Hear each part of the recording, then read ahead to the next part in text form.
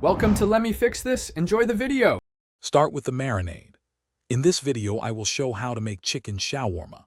Combine thinly sliced chicken thighs with a generous amount of olive oil, fresh lemon juice, and a robust spice blend including cumin, coriander, paprika, and turmeric. Let this mixture marinate for a minimum of 2 hours, or ideally overnight, to infuse the chicken with deep, aromatic flavors. This step is crucial for tender, flavorful shawarma. Once marinated, it's time to cook. Heat a large skillet or grill to medium-high.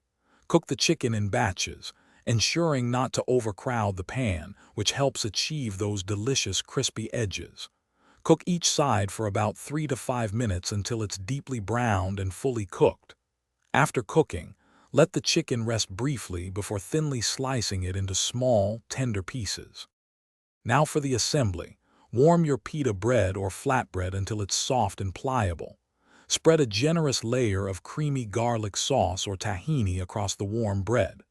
Pile on the flavorful, thinly sliced chicken.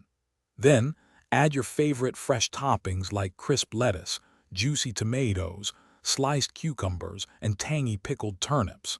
This combination creates a delightful texture and taste experience. To finish, add a final drizzle of garlic sauce or a squeeze of fresh lemon juice for an extra burst of brightness. Roll up your shawarma tightly and serve it immediately. It pairs wonderfully with a side of crispy fries, creamy hummus, or a refreshing salad.